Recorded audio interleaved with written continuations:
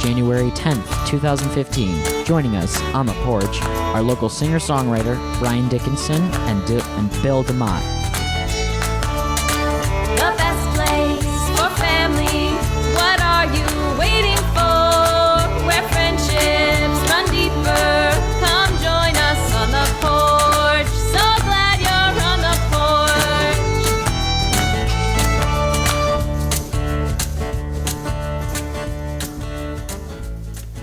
That's right, kids. It is the second segment of On the Porch Radio Hour right here at the Wooden Apple Farmstead in Palermo, New York.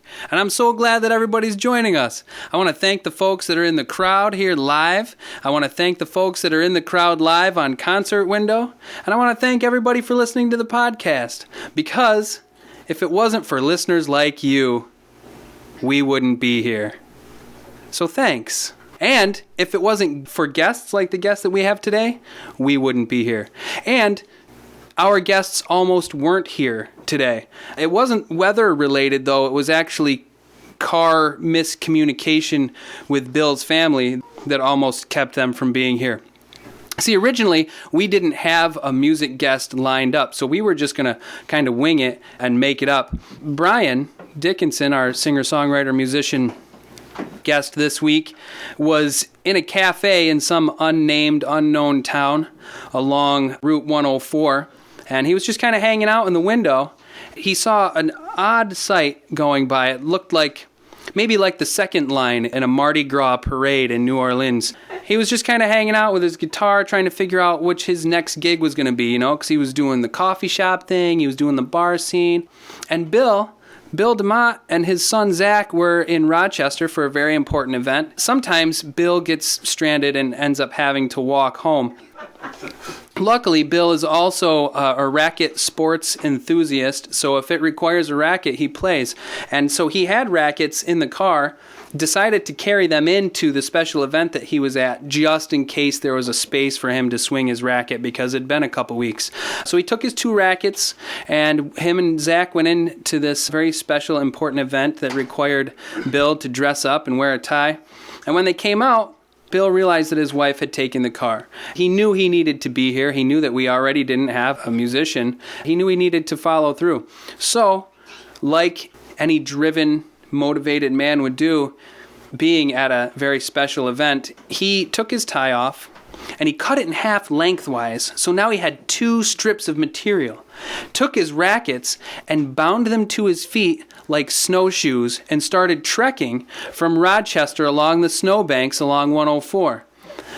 And in true Forrest Gump fashion, Bill started getting people following him. They knew that something important was happening. They knew that there was life-changing events happening along 104. And so they started following him, and they were asking him very deep, rich questions, like the unanswered questions about life, like, Bill, does Angora come from a cat or a rabbit? Because there's both Angora cats or Angora rabbits. And Bill, like Forrest Gump, would give very simple answers that simply blew their minds.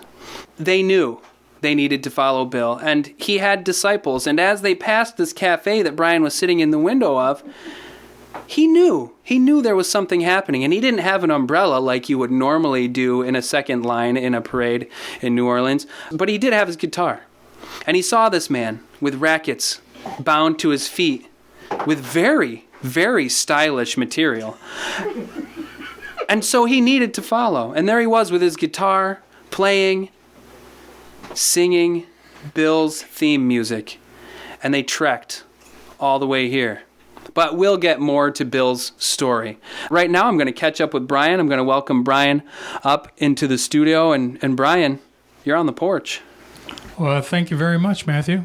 The song I'm going to do right now is something very new. And I've worked on it actually here at the Red Room. And so I hope you like it. It's called There Will Come a Time.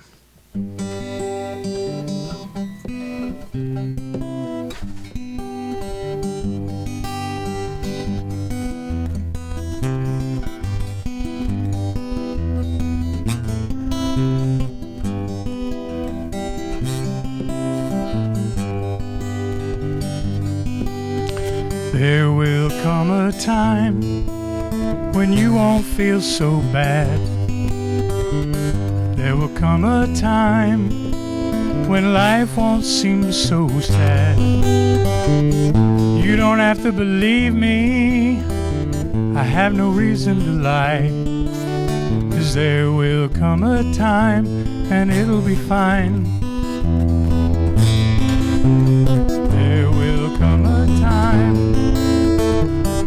when we won't be pathetic. And there will come a time when life's not so frenetic.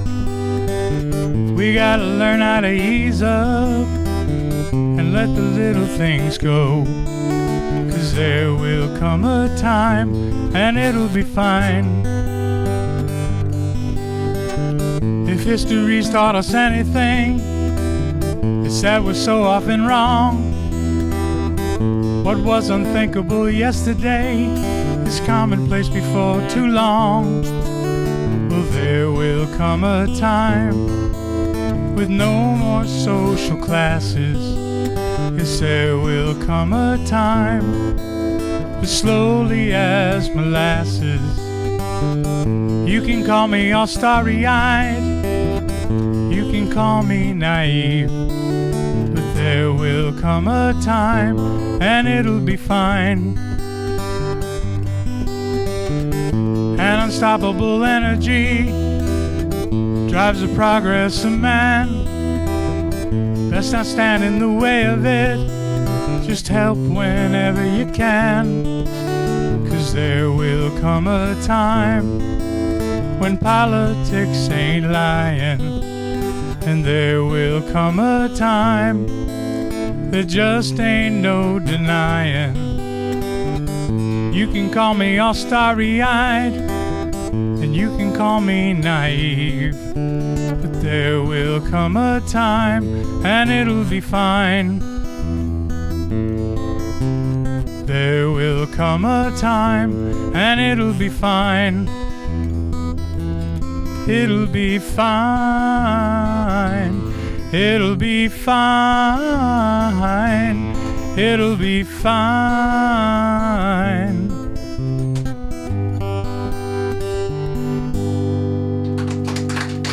Thank you.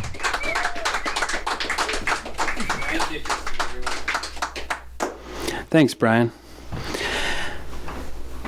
This segment of On the Porch Radio Hour, along with some of the other things that we do here at the Wooden Apple Farmstead, is brought to you by the Lawston Foundation. The Lawston Foundation has been so kind to us and has offered us a lot of money. One of the events, other than today's segment, that they are sponsoring, they're able to help us get to doing shows off of the farmstead. So on February 5th, we'll be at the Coffee Connection in Oswego doing our show live at the Coffee Connection right before Warm Up Oswego. You'll have to come out and check that out. Paul, the owner of Coffee Connection, will be one of our guests, along with John McConnell will be our musical guest. That'll be really fantastic. And they're also sponsoring something that we're starting up here in the middle of January. We're going to do a 5-week program where every week, if you sign up, every week you'll get a loaf of bread and some soup that we make here at the Wooden Apple Farmstead. And the Lawston Foundation really loves this idea because it feels like something Mom would do. And that's really what the Lawston Foundation is all about, is moms. You see, in 1991, Henry Lawston was walking down the street and he found an envelope, an unmarked bank envelope with $800 in it.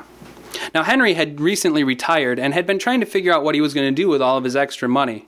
This extra $800 really seemed like a sign from someplace else that he needed to do this. And he'd been thinking about doing something with kids because he was very invested in children, but he hadn't figured out what he was going to do yet. So he thought, I'm going to start that foundation. But I'm going to start by taking myself to the movies and look for some inspiration. And it was 1991, so he took himself to the movie theater, bought a ticket, some popcorn, and a cherry Coke. And he went in to watch Beauty and the Beast, Disney's Beauty and the Beast. partway through the movie, he realized that Belle, the main character, didn't have a mom. She had a really supportive dad who was seen as really crazy by everybody in town. He was always inventing stuff that wasn't working. But that's besides the point. And right there in the middle of the movie, Henry Lawson stood up and yelled, "I've had it!" And he left the movie theater. And from that point on, he'd been dedicated to starting his foundation and helping Disney movie characters find moms. Characters like Bambi, Nemo, Cinderella. She has a stepmom who's very evil, but no mom. Bambi's mom dies. Nemo's mom is killed. Some characters don't even have moms, like Arthur from The Sword and the Stone.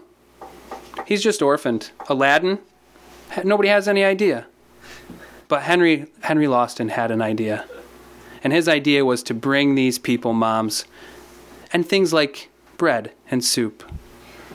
So we'd like to thank our sponsor for this week's segment, the Lawson Foundation.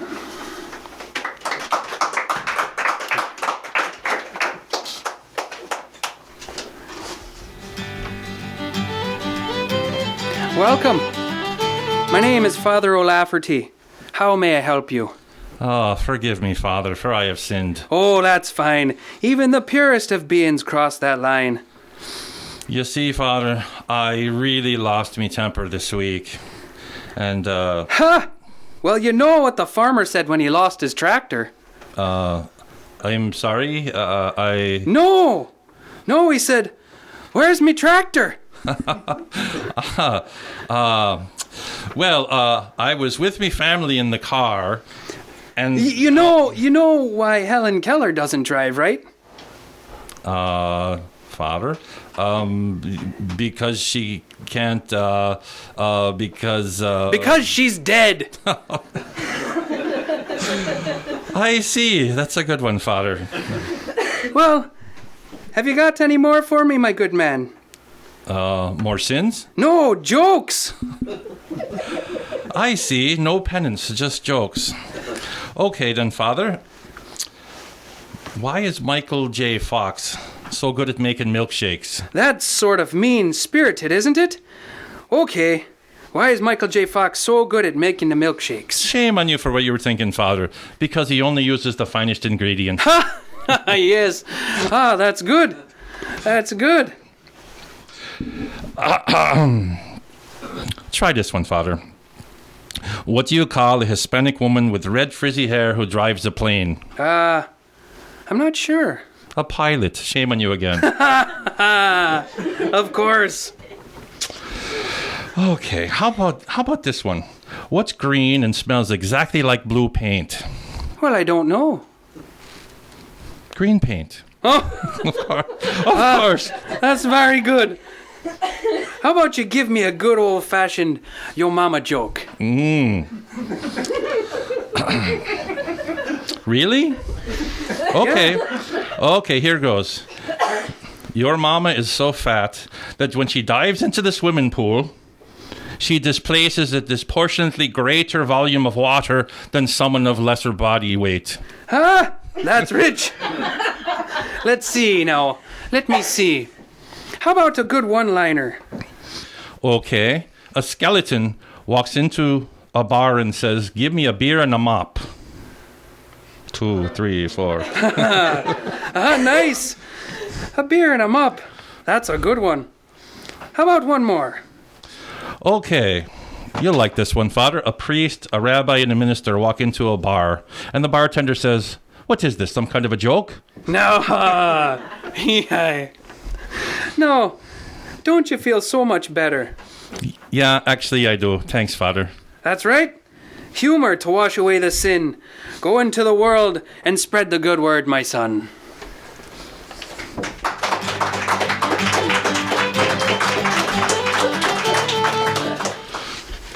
Bill DeMott and Matthew Wood, everybody.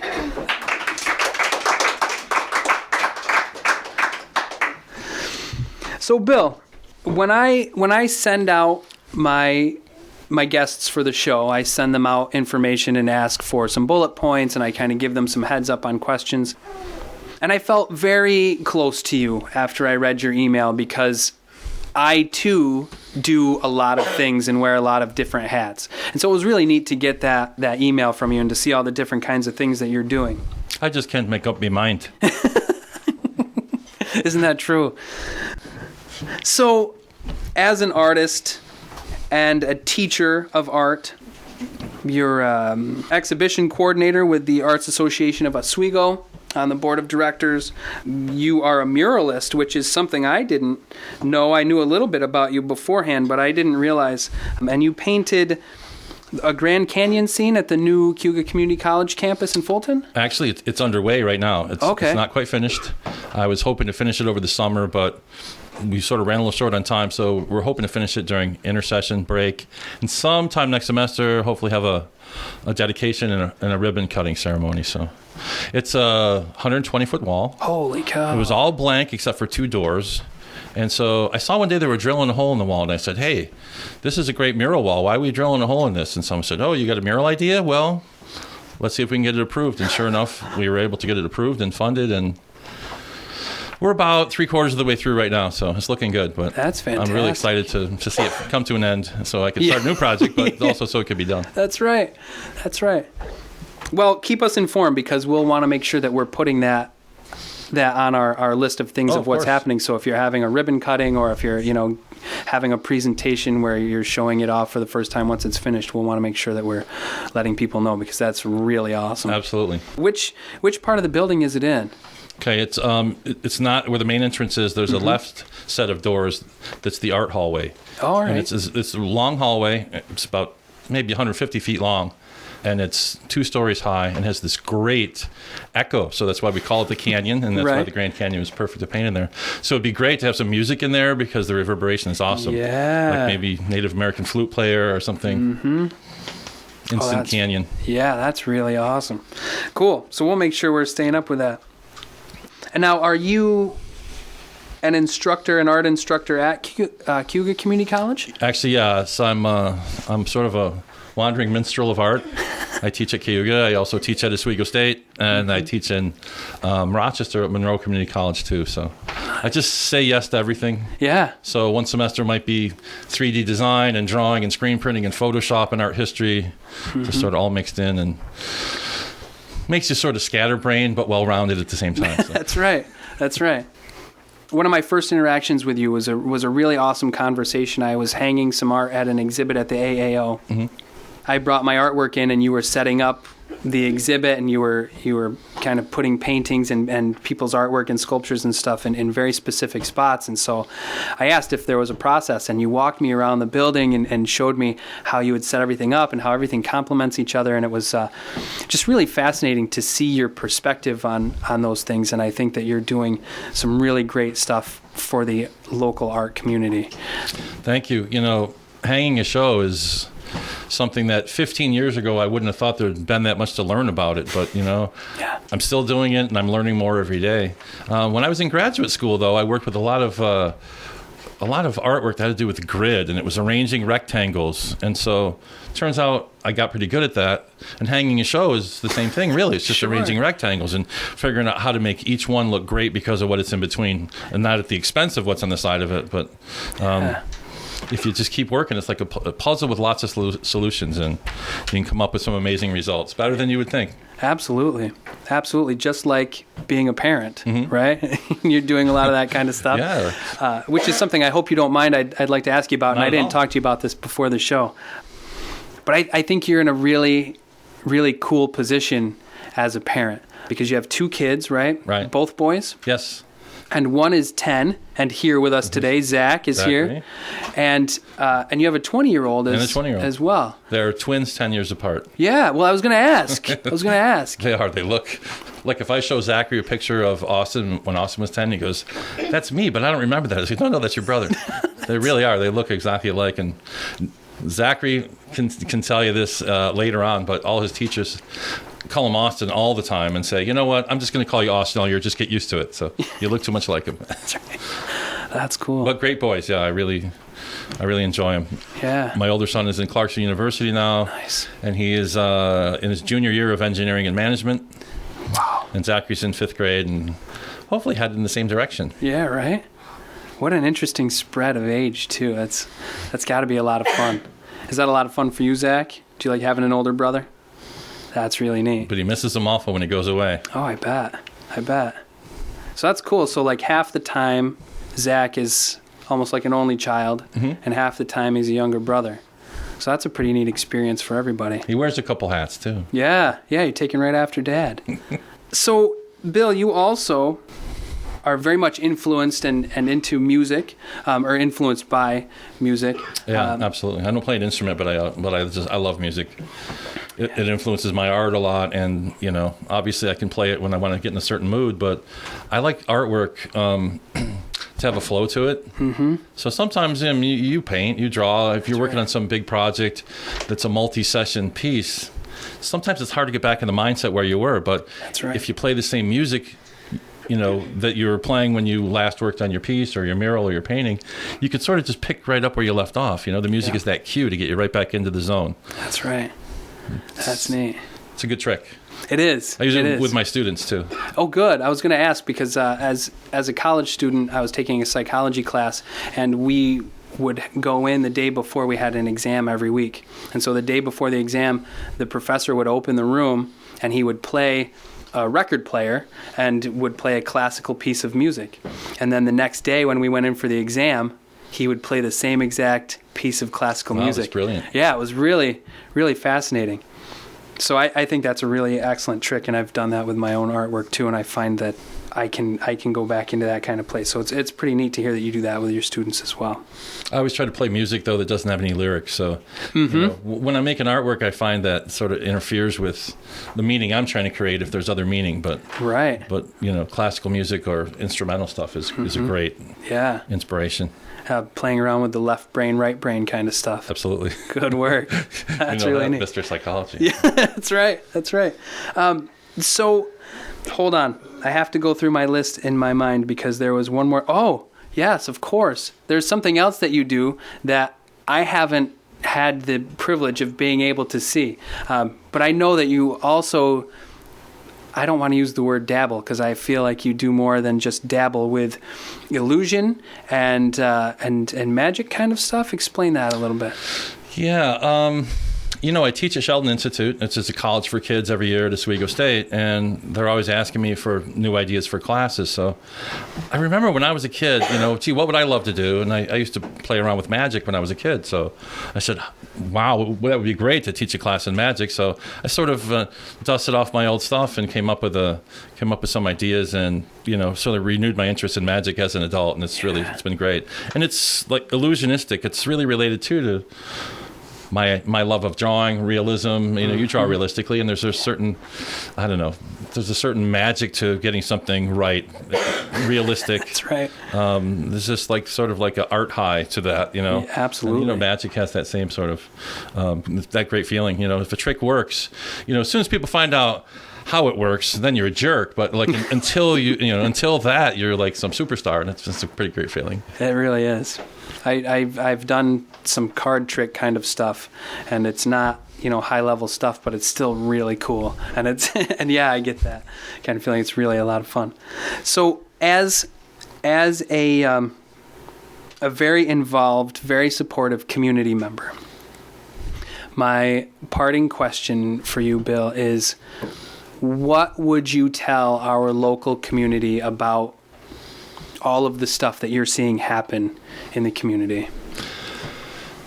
I guess the best way to put it is there's just so much out there. There's so many opportunities. There's so much art and music and a lot of things that you really have to take people by the hand and lead them to, because while it's in their own community, people don't know it's there. My brother-in-law, who lives downstate, whenever he visits Oswego, because there's so much stuff that's free or too good to be true, like Harborfest, he calls it the land of make-believe. Yeah. You can buy a hot dog and a Coke for $1, or you get free music in every park and fireworks from the best guys around, things like that. It's amazing. I just think I couldn't ask for a better place to live. I've been trying to find a better place for 20 years, and I can't. That's why I'm still here. Awesome. Thanks, Bill. I'm really glad that you're part part of the Oswego County community and of our community. Well, here vice at the farm, versa, too. man. Thanks a lot. Thanks for inviting me. Yeah, no problem.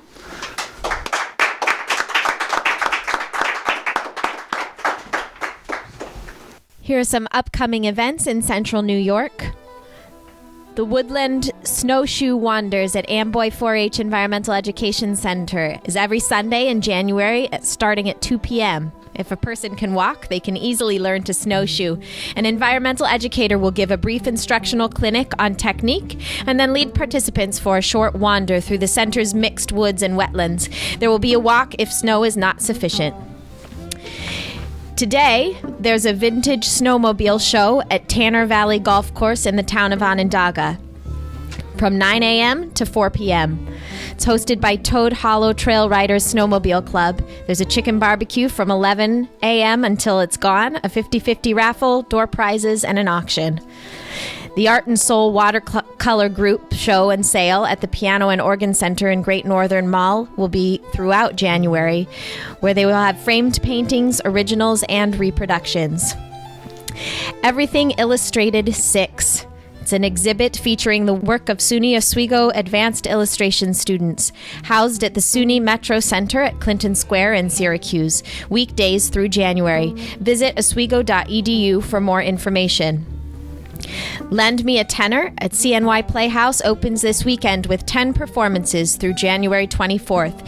Visit cnyplayhouse.com for more information. The Kellett Theater in Pulaski. Tomorrow, Sunday, January 11, showing a double feature starting with Sherlock Holmes 1 at 2 p.m. and Sherlock Holmes Game of Shadows at 5:30 p.m. $7 per person. Visit calletttheater.com for more information. The CNY Arts Center is hosting auditions for Narnia the Musical Wednesday, January 21st from 5:30 to 8 p.m. and Saturday, January 24th from 10:30 to 1:30 p.m. Callbacks will be Saturday, January 24th from 3:30 to 5. Ages 7 and up. Please come prepared with a song and to read from the script. The CNY Arts Center is also offering adult painting classes. The first class in this series will be held Tuesday, January 13.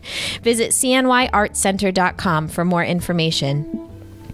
The Oswego Music Hall has several shows coming up. Tonight, the Burns and Christie Band is at 7:30 p.m. Frank Sullivan and the Dirty Kitchen Band on January 24th at 7:30 p.m. And there will be an open mic January 23rd at 7 p.m. The Wooden Apple Farmstead has several things coming up. We will be offering a soup and bread CSA with 1 quart of soup and a loaf of bread once a week starting the end of January through February. Contact the Wooden Apple Farmstead for more information. The Red Room Sessions at the Wooden Apple Farmstead is a time for songwriters, musicians, and anyone else who wants to build their musical skill and knowledge to get together. We share songs we are working on, bounce musical ideas off each other, and we usually have time to just play a little music. This is a supportive environment where all levels of songwriting and musical experience are welcome. It is the final Sunday of each month. The next session is January 25th at 6 p.m. The 3rd annual Hot Cocoa Contest at the Wooden Apple Farmstead is coming up on February 1st at 11 a.m. The winner will receive a t-shirt and the honor of having your cocoa recipe served at all the Wooden Apple events in 2015. Contestants may not start with a pre-made hot cocoa mix in part or in whole. All contestants must write down their recipe and bring or mail it in a sealed envelope. Contestants must also bring or mail in a sample of their hot cocoa for taste testing. You do not have to be present to win, but we would love to have you here.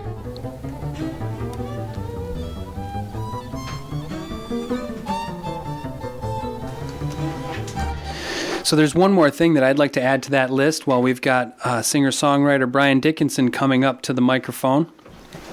I'm going to give a little teaser starting this week, and for the next couple weeks I'll add a little bit more. We've got a really exciting show coming up every show. But on the 29th of January, we're going to have a very special occasion. And so I want to make sure that everybody out there in podcast land and concert window land and everybody that's listening, very cool stuff happening on January 29th. And so you're going to want to be part, and you're probably going to want to be part of that live. I'll tell you more next time. Brian, Thanks for Hey. coming onto the porch. How's it going? It's going good. Good. Thank you. Yeah, thank you. Thank you. Gina was just mentioning how we're hosting the Red Room sessions, and that's not how we met you. That's one way that we've come to know you and know your music. And in conversations that we've had leading up to tonight and this interview, I've gotten some really cool information from you about how you really enjoy that process. You really seem to take that information in and work with it really well. And I really like how you talk about your inspiration. And one of the quotes that you've given me is that I want the most good for the most people. And I'm curious as to how you got there. That's a really open, unanswerable kind of question. But I know you didn't start there in your music writing. No, actually, I didn't really start to write songs until I got in my late 20s. Mm-hmm. But I grew up in a kind of a poor household, but there was always enough. Mm-hmm. And my parents were always very open people, and it seems like people were always showing up. On the weekends, we'd play kickball in the yard, and when it came time for dinner or anything like that, everybody just got around. You put a little extra water in the soup, the big bowl of goulash, whatever, That's right. and they never really turned anybody away. Mm-hmm. So that's the way I was raised, and I've carried that through, and it's kind of more my philosophy now is that when you have people that are just trying to get as much as they can for themselves in this day and age, especially at the expense of others, and I don't believe it has to be that way. I think we can all do for ourselves and for other people as we're able to, and raise everybody up. Absolutely. Absolutely. Now, do you have a song that, or an artist, a musician that you are inspired by, that you feel kind of gives those messages that you really like to dig into and listen to when you're looking for inspiration?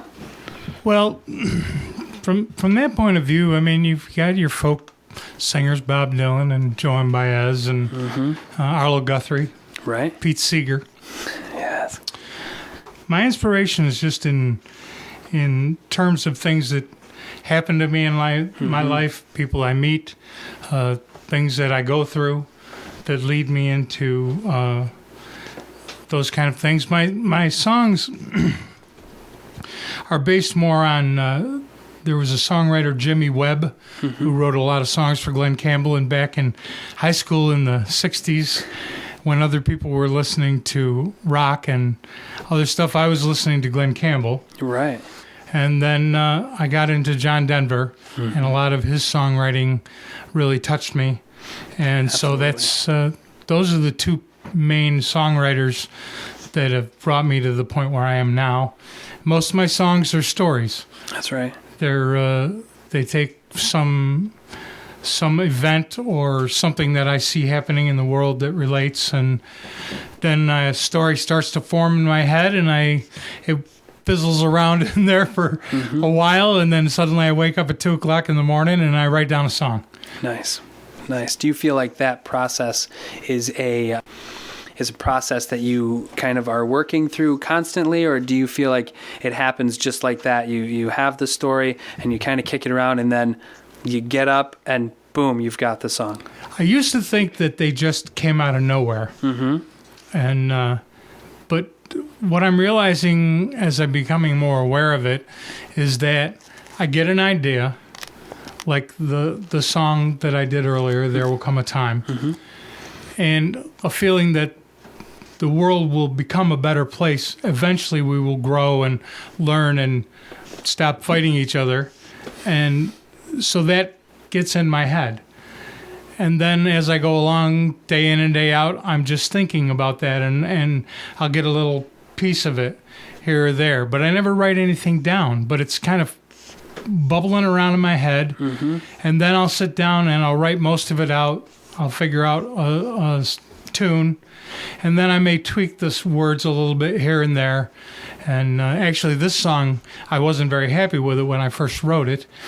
Then I came to Red Room, and I told the people that were there that I wasn't happy with it. I played a little bit of it, and Gina and Mark Wall and Jim Schaefer and other people were making comments about, well, what does this mean to you, and look for the truth in it.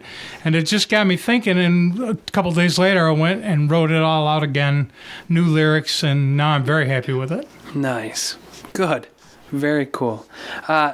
Now, do you find yourself to be one of those musicians that when you are feeling creative and you sit down, I know a couple of musicians that will get into a creative mood and they'll sit down with their guitar and they'll just play for hours, and a lyric will never come out. They'll just be playing around with their guitar. And some will sit down and they'll tell stories, or they'll write and they'll just mill around with the lyrics. And of course, some just sit down and start playing and singing at the same time. So how do you, what's your process? Let us into the head of Brian Dickenson. I don't know if you want to go in there. It's a little scary in there. There's a song there, Brian. I've been frightened of what's inside my head sometimes. There's a song there. It changes from song to song. Sometimes it's the lyric that comes first and leads me to a tune because of the rhythm of the lyric. Mm-hmm. And other times, like you say, I sit down, I just start playing to play. I'll play some other songs that either I've written or cover songs. And then I'll hear a pattern of chords, or a melody will come into my head. And then as that comes along, then the lyric starts to come along. And like I say, I don't usually sit down and craft a song, but I may sit down and come up with a few lyrics, or I may sit down and come up with a tune. And then I'm driving around in my car, and I'm always singing in my car anyway. Oh, sure. So I'll sing it to it, and it'll be a lot of la, la, la, and here's a word and a part of a chorus, and a lot more la, la, la. And if anybody heard me, they go, this guy is insane. But eventually it all coalesces and becomes a song, or fades away and becomes, remember that song I was writing before? I wonder what that was. Yeah. Awesome. So, Brian, let us hear some of your finished product. Can you play another song for us? Yeah, this is a song I wrote quite a while ago. Since I did a newer one, I thought I would do this one. And it has to do with the fact that we go through relationships, whether they be romantic or whatever, that it's an ebb and flow in our lives. Right. And I guess if I have to explain it too much, I didn't do a very good job. So here's the song. All right. It's called Let Me Be Your Lover.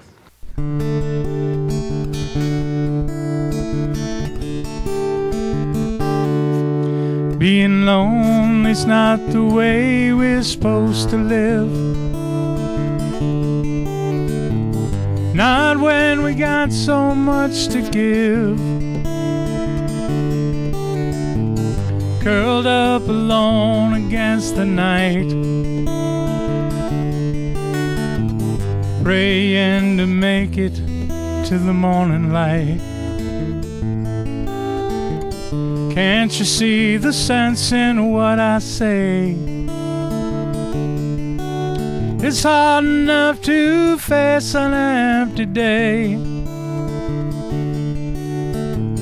You can't stay forever, well baby, that's alright. Just let me be your lover tonight. Let me be your lover tonight.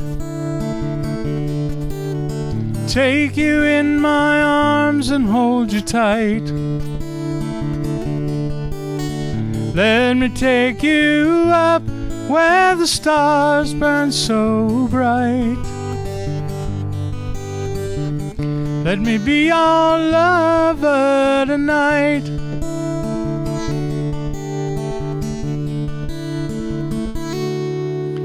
Will we all want the same things in the end? Someone we can hold and call a friend. Loneliness is all it's said to be. I know what I'm talking about, you see. 'cause I've been there a time or two myself. Waiting, hurting up there on the shelf. You can't say you love me. Hey, I don't wanna fight. Just let me be your lover tonight. Let me be your lover tonight. Take you in my arms and hold you tight. Let me take you up where the stars burn so bright. Let me be your lover tonight.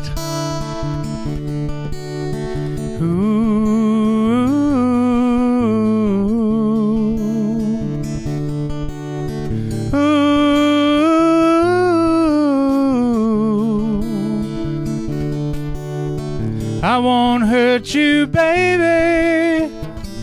Let's just keep it light. Let me be your lover tonight. Let me be your lover tonight. Take you in my arms and hold you tight. Let me take you up where the stars burn so bright. Let me be your lover tonight. Take you in my arms and hold you tight. Let me take you up where the stars burn so bright. Let me be your lover tonight. Let me be your lover tonight.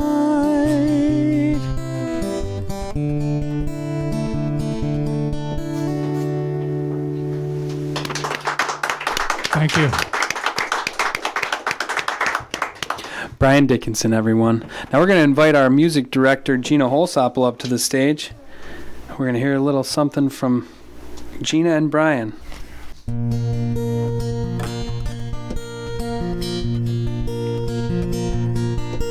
It's a lesson too late for the learning,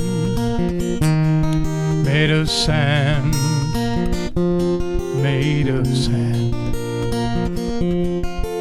In a wink of an eye, my soul is turning in your hand, in your hand. Are you going away with no word of farewell? Will there be not a trace left behind? Well, I could have loved you better. I didn't mean to be unkind. You know that was the last thing on my mind. I've got reasons aplenty for going. This you know, this you know. For the weeds have been steadily growing. I must go, I must go. Are you going away with no word of farewell? Will there be not a trace left behind? Well, I could have loved you better. I didn't mean to be unkind. You know that was the last thing on my mind.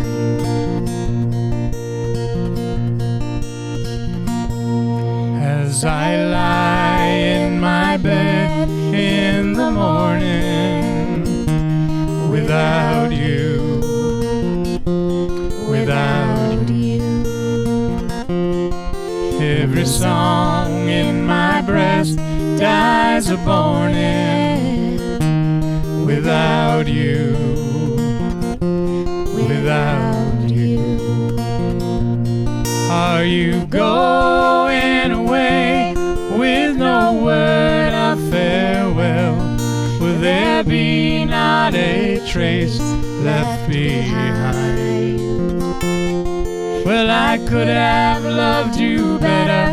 I didn't mean to be unkind.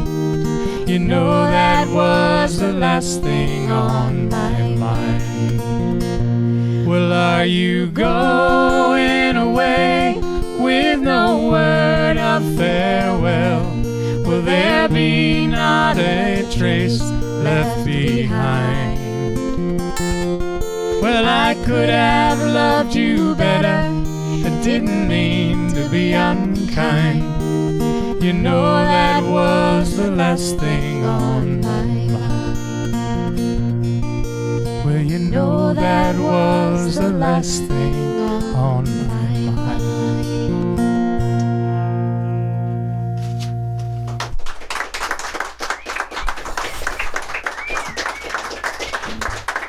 Thank you very much.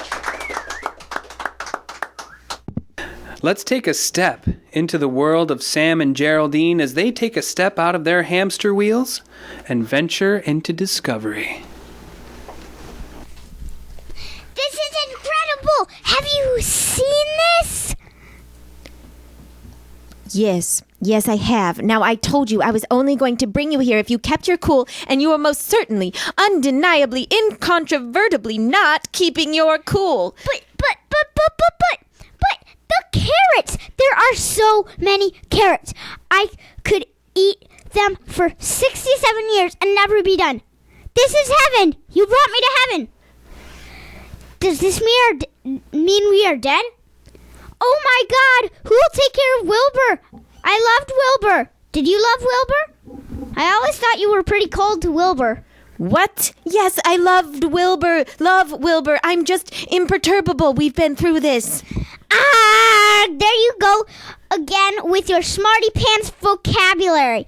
I don't know what inconvertible means, and I don't know what imperturbable means.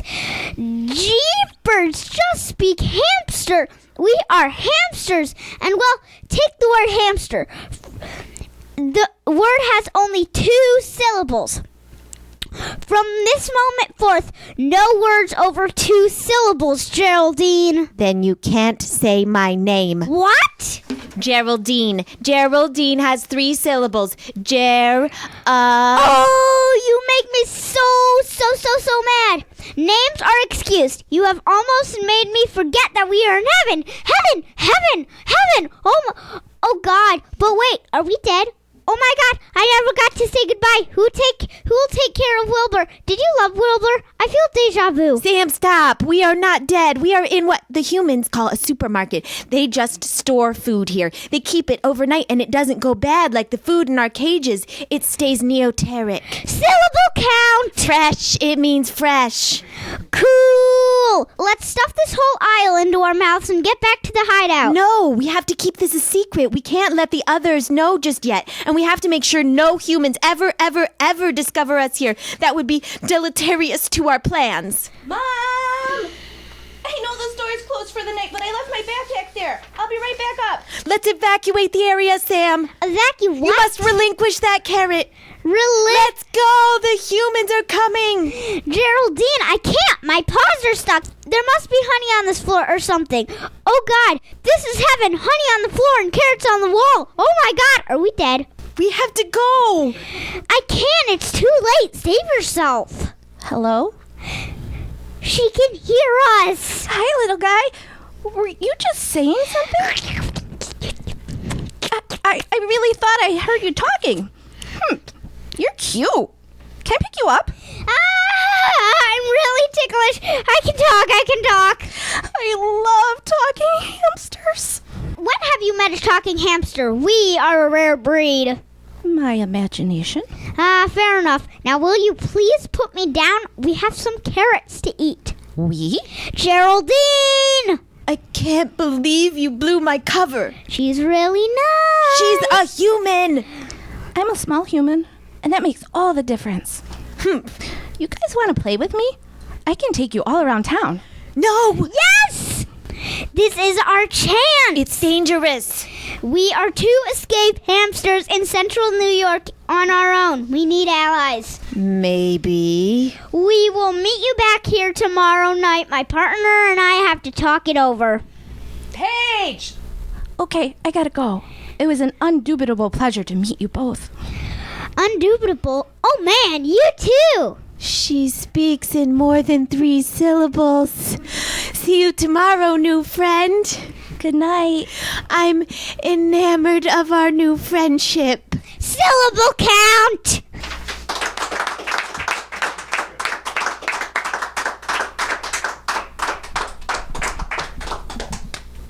Ladies and gentlemen, Gina Holzapfel.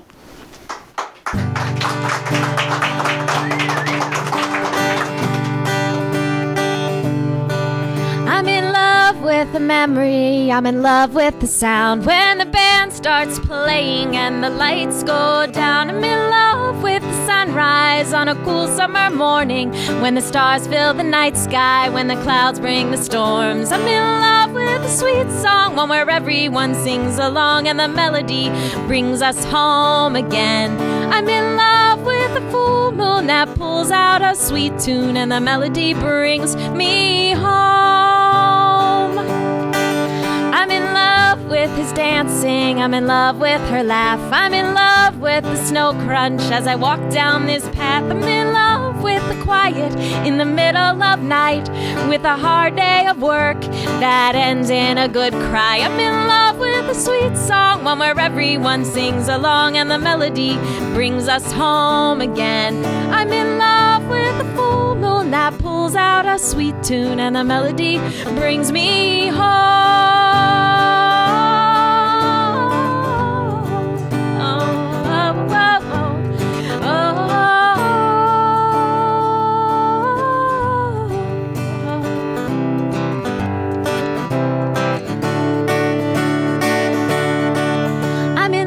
With the thought that you might like me too. I'm in love with the strength of all we can do. When the birds sing out springtime with a rest after a hard climb, when a seed grows an oak tree, when you say that you love me. I'm in love with a sweet song, one where everyone sings along and the melody brings us home again. I'm in love with a full moon that pulls out a sweet tune and the melody brings me home. I'm in love with a sweet song, one where everyone sings along and the melody brings us home again. I'm in love with a full moon that pulls out a sweet tune and the melody brings me home. And the melody brings me home.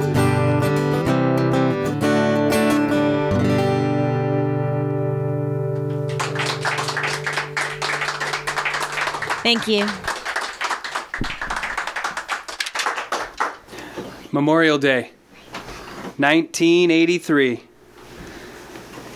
My great-grandfather was released from jail. So my grandmother and I got in the car and drove over to the jail to pick him up in the parking lot. I was 6, and this was exciting because it meant we got to go to Marlia's Diner. And Marlia's Diner by far had the greatest cheeseburgers and milkshakes ever. So if it took going to get great-grandpa out of jail, then it was taking me to Marlia's Diner. One of my favorite days of the year. Every Memorial Day was the day to go pick up Grandpa from jail. Well, great-grandpa from jail. Great-grandpa was known all over Tonkahogen for many things. He was known for running numbers out of the back of Chip's barber shop and saloon. And he was known for being a really good cook. And inside the jail, none of the guards were from Tonkahogen. And so they knew him as that really skinny, really old Italian guy that they picked up as the snow started to fly in the middle of Tonkahogen, because it was time to arrest the old man again and bring him in so that they could get some of that really great cooking. You see, great-grandpa had dark skin, They didn't really understand a single word he said, and he could cook really incredibly great food, so they knew he was Italian. Which wasn't true. He was French Indian like most everybody else in Tonkahogen, but the guys in jail knew for themselves that he was that old Italian guy. And then every Memorial Day, it was spring, and they couldn't justify keeping him there anymore, so it was time for Grandma and I to pile in the car and go pick him up. There were two elders in town that were my greatest role models as far as the elders went. One was great-grandfather, and one was Chief Mawayout. And they came from two very separate groups of folks from the community of Tonkahogen. Great-grandpa came from the Outlaws, and Chief came from the Broken Arrow community. All of Tonkahogen's considered a Broken Arrow community because it's a community of peace and a community of love. And that's what the Broken Arrow is. You can't cause any harm. You can't kill somebody with a broken arrow. And so we carry that very, very strongly. And Chief Mawayout is an incredible role model for all of the really great things that he does. And great-grandfather was a really great role model because I learned about how to do things in town and out of town. And I also learned how to not do things in town and out of town. And great-grandfather was a really great role model for that. And so when folks around town started talking about the new signs that were put up at all of the town limits, and they were talking about how it was one of the elders. Nobody ever said who it was, but they said it was one of the elders. And at age 6, I was able to put the pieces together myself pretty well. The jail is right on the edge of town. So as you enter town, you see the Welcome to Tonkahogen sign. And underneath, one of those signs that everybody's talking about the elders hanging that says, "This is my home." So therefore, if it's right on the edge of town and it says, "This is my home," and it's right outside the jail, then it must have been great-grandfather that was hanging the sign because that jail was his home. It only makes sense. But it wasn't true. Chief Mawayout was the man that hung all of those signs on all of those posts as you enter town. Because that's what we are. That's where we're from. It's not just the physical space of Tonkahogen where we're from. It's the community. It's that Broken Arrow philosophy that we carry. It's all of those stories. It's great-grandfather running numbers out of the back of Chip's barbershop and saloon. It's Chief Mawayout hanging signs. It's those folks that let you have the raw milk from their farm. It's those folks that stay after school to teach your kids a little extra stuff. That's where we're from. So when your grandparents or your parents know that you're going out for the night, or you're going to hang out with your friends, or, "Geez, are you really leaving town?" they would say. They would tell you several things. They would say, "Pay attention. Remember who you are, and remember where you're from." But you see, Chief Mawayout would say the same thing, but he always left out that last part. Because he knew that if he told you to pay attention and to remember who you are, if you're really remembering who you are, then you remember where you're from. It's all part of that. And so, as I walk around town and I look at these signs and I look at these people and I think about great-grandfather and I think about Chief Mawayout and I reflect about who I am. And when I do that, then I start to sing that song in my head. This is my home. This is my only home. This is the only sacred ground that I have ever known. Should I stray in the dark night alone, rock me, goddess, in the gentle arms of Eden. Rock me, goddess, in the gentle arms of Eden.